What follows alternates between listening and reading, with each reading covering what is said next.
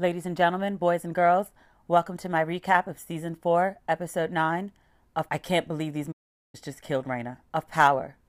I am distraught. That ending nearly took me out. I am shocked. I am surprised. I am blown. I had to reshoot this because my makeup was messed up from crying. Of all the people on the show who deserve to die, she didn't. And she might be the only one. Rest in peace, Raina. The episode starts with Tariq doing an interview. He admits that his grades have been slipping and he hasn't been as focused as he used to be, but that was because his father was wrongfully arrested for a crime he didn't commit. Tariq says his father is out of jail and he wants to get back on track. He's been such a little terror for so long. I honestly don't even remember what he was like. Where's Raina? This was Raina's idea to go to Choke. Why is just Tariq there? Back in the car, Tariq and Ghost have a little chat. Tariq has a question for Ghost. He wants to know if Ghost is fearful at all that Kanan may come back and try to retaliate against Ghost because Jukebox was killed. Now, if I recall, Kanan shot Jukebox, not Ghost. And Jukebox had kidnapped Tariq and was holding a gun to his head. Ghost is like, nope. Don't have any worries about that. And he was like, really? Because didn't you snitch on Kanan before? And Ghost says that he never did such a thing, which technically he didn't snitch on Kanan. He set him up to get caught with drugs and get sent away for about 10 years. Tariq gets out the car. Ghost looks very smug. Like he and his son just had a heart to heart and they're back on the right foot. And I'm like father, like son, both of y'all are lying liars who lie. Tariq is not asking the question that he really wants to know. Hey, Dad, I was an accessory to a murder. Do you think they're going to retaliate against me? Tommy's on the phone with his dad doing a lot of chit chat about Mike's murder. I don't know that I trust Old White just yet. Old White tells Tommy that he's part Sicilian, and then Old White pops the question. He wants to know when Tommy's gonna come visit him in prison. Tommy's like, yeah, about that. I have felony charges. And Old White was like, yeah, but your immediate family. Your mom has proof. Go ask her. Tommy heads over to Kate's house. He's tearing up the place looking for his birth certificate when Kate comes in. His mother finally tells him to look somewhere for a certain envelope. Kate tries to explain that Old White wanted to take Tommy because Old White's wife couldn't have children. And Kate was like, hell no, you're not taking my son. Tommy's really upset. He tells his mother not to contact him again. He's done with her. He steals her coat. Then he goes out in the garage and gets his old car that he's been letting Kate drive. He sniffs some coke and then he drives off. Sir, just like you don't drink and drive, you're not supposed to sniff coke and drive either. Dre shows up to see the Primeros, who are all too happy to see him. Dre figured out a plan to keep them from going to war with the Jimenez, which nobody wanted except Tommy. Notably, they drop off their money to Dre on time. And we find out that Dre and Cristobal have a plan to get Tommy out of the way. The first part of this plan is to go to the warehouse where the new drugs have been delivered and set the whole damn thing on fire. Now, I'm not a drug dealer, but I am a businesswoman. I would think that if you were going to set a warehouse on fire, you would remove the drugs and you would take those drugs and you would sell them elsewhere for a discounted price. I was sitting there calculating like those are some really big boxes of drugs. And I'm trying to figure out why y'all setting all that good money on fire. Later, Tommy and Dre are at a different warehouse and Dre is trying to explain what happened with the drugs. The Primeros are there waiting for Tommy and Dre, and Tommy obviously has bad news. Despite the Primeros giving him all their money, Tommy's like, sorry, I don't have any drugs. And the priest is like, but did you have insurance?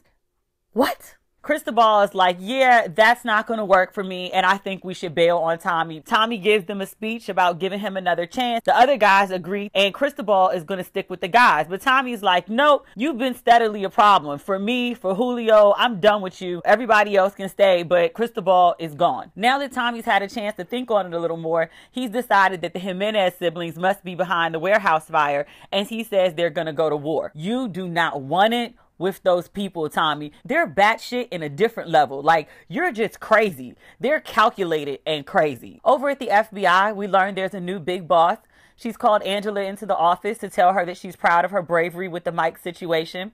She also needs Angela to do her a favor, a PR move of sorts. She wants her to go to this ball where James St. Patrick is being honored. I'm sure this woman, because she works for the FBI, has heard all the salacious details of this Angie-Jamie situation. Why she would send Angie to a ball where Ghost is being honored baffles my mind. Angela has a new boss who she wants to impress, and she agrees to go. The boss has another question for her. Mike obviously is dead, and she needs someone to replace him. She asks Angela, should it be Mock or should it be Sax? Angela volunteers herself. Baby, in what world do you think you deserve a promotion? And the new boss, she looked at Angela like she was crazy. She was like, ma'am, if you were me, would you hire you? Angela gets upset that the new boss shaded her, so she calls Turtle and asks him if he's hiring. Wait, isn't he under review for something or another because your team reported him for some kind of misconduct? Angela finally gets off board when she asks Turtle, you know, do you even care if your clients are guilty or not? And Turtle looks baffled. He's like, no, why would I? James and Constable Tate are being interviewed by the thirsty news lady as they're walking through Queens. Tate excuses himself early on. One of the constituents looks like a local block hugger, and James looks very confused that this is the company Tate keeps. James goes on with the interview. Somehow he starts talking about this woman who went to choke and how she had a whole different life. And I'm like, is this fool on camera talking about Angie? Does he not expect that his wife will see this episode? Does he not expect that his children will see this episode and be like, hey dad, who are you talking about? Oh, that's Angie. You remember her, the woman I left my family for, who then wrongly accused me of an FBI agent's murder. What are you doing? And better, why are you on TV, sir? You've got this newfound life as you're an up and up businessman. I mean, last week you were meeting with powerful drug lords, and then that same week you were arranging a hit on an FBI agent. Okay. But this week, you're an upstanding businessman. So now that you've been clean for like, what, a month? You want to get on local TV in the city where you've sold drugs and start pretending you're an upstanding businessman, and nobody's going to hit up TMZ or Shade Room with information about your shady past. I want you to know that you're stupid. As we see when this episode airs, some random woman, a waitress, she recognizes James' voice. This is the chick from the very first episode of Power. That's not going to end well for you, bruh. Tariq is playing basketball when Brains and his big homie show up. Tariq's like, what do we need to talk about? They were like, we were wondering that everything was good. Tariq's like, I'm not a snitch. Ever since he had the conversation with his dad, he's got a newfound battery in his back. And Tariq wants to know what's good with my money. Brains and the homie aren't very worried about Tariq after they speak to him. Ray, the corrupt cop that used to hang out with Jukebox, is concerned. He stops by the trap house and is asking them questions about the robbery. He's like, I heard about it down at the precinct. And they're like, oh, everything's good. We talked to Tariq. He's like, yeah, he's not just a regular kid. His father is a force to be reckoned with. And then he kills them both. And I'm trying to figure out what is Ray's motivation for this. If you think that Tariq is a problem because his father is a problem, I don't understand what he hopes to accomplish by killing these two. Ghost meets up with Stern, who I never liked before, but I really don't now. Stern is talking to Ghost, and he's like, yeah, you're going to be New York's favorite black businessman, black person, black club owner. Who says that? I mean, like, were you marching in Charlottesville? James is frustrated with Stern, so he goes to Tate, and in a very roundabout way, he's like, yeah, so I was looking at my contracts the other day, and I found this discrepancy in how I get paid. Sir, if you're passing yourself off as a legit businessman who has his ish together, your lawyers would have found that discrepancy. You should have just leveled with Tate and been like, hey, this is what it is. Can you help me fix this problem? They go to the meeting. Stern does the presentation. And then Tate's like, oh, I have a question. I was going over the contract and I saw this discrepancy on the back end. This needs to be corrected. Stern feigns ignorance. The head of the committee is like, great. It's an oversight. So you fix it and you get back to us and then we'll vote on what you presented later. Raina's in class when a principal shows up with Officer Ray asking Raina where Tariq is. Why don't you know where Tariq is? Because you're the principal of the school. Raina says she doesn't know. Later, Raina runs up on Tariq in his room. He's passed out, probably from lean, little addict. And she's like, an officer was at school looking for you. Raina tells him to tell their mother. Tariq is like, no, you can't tell mom. I'll take care of it. Now I'm confused because if an officer shows up at my child's high school looking for my child, why was a call not made to his mother? Raina agrees to not tell. And maybe this is some sibling shit because I don't have one. And if this is how y'all act, I don't want one. You're not going to treat me grimy and then ask me to guard your secrets.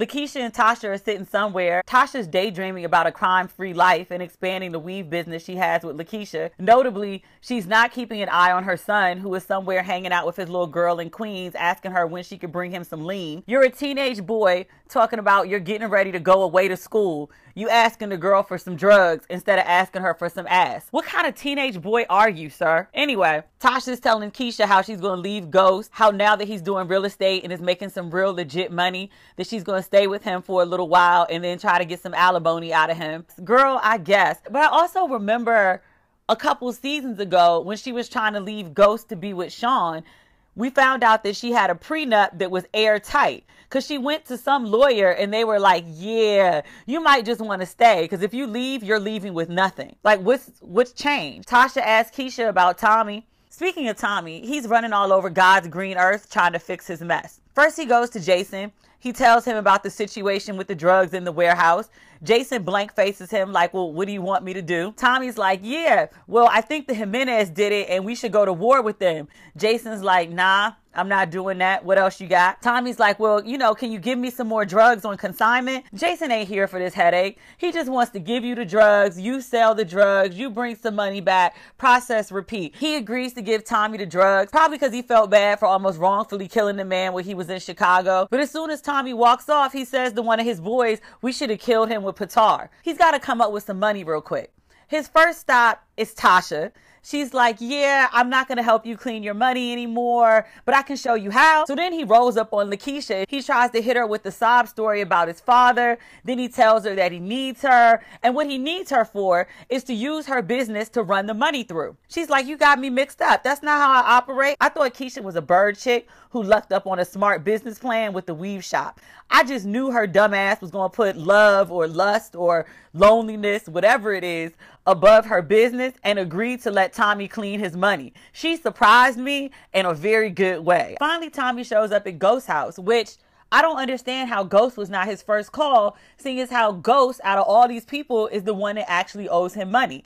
Ghost robbed his stash house. He also gave Ghost a check for about $1 million when Ghost was dealing with Milan, which I didn't realize Ghost had never paid back. He shows up at the house high as a kite. Tommy is telling Ghost about his problems with the Jimenez siblings. Ghost is like, how is this possible? Because I just fixed this for you. Tommy tells Ghost that he wants to go see his father in prison. Ghost points out, hey, we just used your father to kill an FBI agent. Perhaps you shouldn't be meeting with him. In case anybody ever gets really curious about what happened to Mike, traces it back to your dad, and then traces it back to you as his brand new visitor. You have a connection with Mike because the FBI was once investigating you. Tommy never thinks these things through. He genuinely needs Ghost back running the business with him. But Jason has banned Ghost from working with Tommy. He ends up telling Tommy about himself, like, you should take some accountability that you are actually the problem. Tommy gets upset and he just headbutts Ghost. What kind of Ocho Cinco wildness is that? So he writes Tommy a check and he's like, get the fuck out my house and don't come back till you're sober.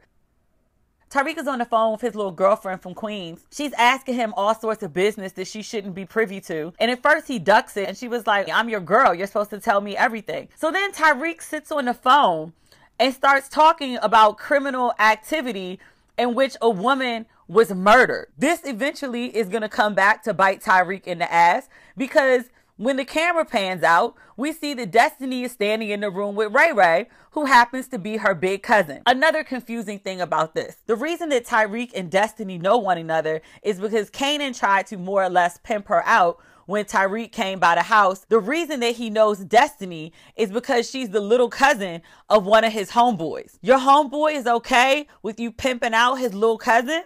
Tommy shows up at the warehouse, allegedly to meet the Primeros and get back to work, but only Dre and the priest are there. The priest is like, I can't rock with you anymore because I didn't get into the drug game to get into violence. But you're okay being a priest in the drug game.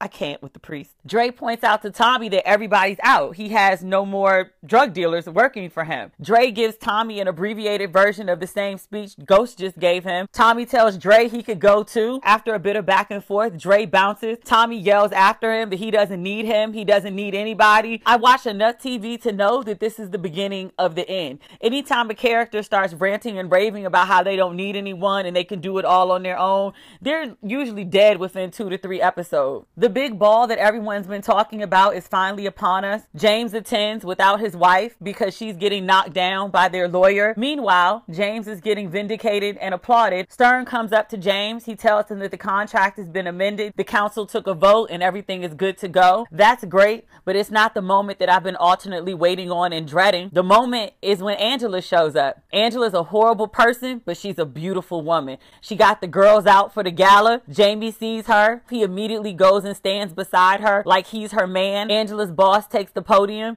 She has an announcement for who's going to replace Mike at the FBI. Mock thinks it's going to be him. Lo and behold, it turns out that Angela is going to replace Mike. Angela has done nothing but f up for 4 seasons. I spent this entire season wondering how Angela still had a job. And you just got a promotion? Later in the evening, Angela and Jamie run into each other on the steps. Angela says that she saw Ghost's little news broadcast and she's confused about his story. She says that he wasn't completely honest because he had an opportunity to go to Choate just like she did, but he elected to stay in the neighborhood and be with Tommy. What? I'm gonna ask this. What kind of relationship exactly did Ghost and Tommy have? Is this like a Frank Underwood back in his college days sort of situation? If you know what I'm alluding to, you stayed behind to be with your boy? Jamie brushes Angela's comment off. He's like, but we both got to live our dreams. Sir, what part of your life is a dream? Your son is an accomplice to murder. Your wife is currently off having sex with your lawyer. And the lawyer before that has lied to you about destroying evidence that could put you away for the rest of your natural life. Your new best friend, the councilman, thinks you're and knows you're a drug dealer. What part of your life is a dream? Is it the part where you just got out of jail after being wrongfully accused? Is it the part where your wife signed a business deal with your arch nemesis? If you're going to lie, lie to others, but keep it real with yourself. As if on cue, Tate approaches James and he has a friend he wants to introduce him to. The block hugger, his name is Alphonse, and he's going to be Ghost's new employee. Tate was like, oh yeah, that's solid that I did for you at the council meeting. Well, now you're going to do me a favor. Either way, the only reason Alphonse is being sent to work with Ghost is for the same reason that Julio put the really dope Asian chick. He just wanted somebody there who could be his eyes and ears. Dre is sitting in the car feeling very smug, very ghost-like, as he's talking to Cristobal. The plan to get Tommy out of the way has worked. He's like, yeah, people underestimate me, but I take advantage of it. Cristobal has a question because apparently there's yet another part of this plan that is yet to be executed. As it would turn out, Dre and Cristobal plotted to kill Kanan, but they sent 2 amateur fools over to the house that Kanan is staying in. They are no match for Kanan. I'm not a fan of 50. I think his acting is atrocious, but what you not gonna do is kill 50 off of his own show. 50 takes both dudes out like it's light work for him. Tommy, against all manner of common sense, goes to jail to meet up with his dad. Dad senses that something's wrong with Tommy. He asks if there's any way he can help, and Tommy has a bright idea. He asks his father if there's any family that he could introduce him to. Somehow, I don't think he's talking about blood relatives. Tariq and Raina are going to a school dance. Destiny and Tariq are supposed to meet up in the city after the dance, during the dance at some point, so she can give him some lean before he heads off to Choate. Everybody in the school knows that Tariq is leaving. I still don't understand why Raina is not going, because this whole Choate thing was Raina's idea. Raina's feeling very sentimental. She tells her brother this is going to be the first time they have their birthdays apart. He gets a text from Destiny and says he has to head out. He goes outside to look for Destiny. Big cousin Ray Ray is there instead. Ray Ray confronts Tariq. He lunges at him. Tariq runs off. Raina is concerned for her brother. She always goes looking for him when he runs off. This will not be the first time. She runs out of the school to find him. and she finds Ray Ray instead. She recognizes him as the officer that came to the school the other day. She tells him that she knows that he's a cop, but she also knows that he's Tariq's friend, Ray Ray. She tells Ray Ray to leave her brother alone, otherwise her father is going to kill him. And he shoots Raina in the chest as Tariq looks on. She was the innocent in a family full of really guilty, fucked up people. She died protecting her twin brother who treated her like. After Ray Ray flees, Tariq comes over and watches his sister die. He doesn't call the police. He doesn't yell for help. He doesn't try to comfort her in any way. And it can't be lost on him that, like, every time he leaves the house, a woman gets killed. Sir, you're a pox. You are a curse. I'm really upset about Raina dying. It should have been Tariq. That's my recap. Please subscribe. I finally figured out how to put the button up, make it easy for you. Thank you for watching, and I'll catch you next week. Rest in peace, Raina.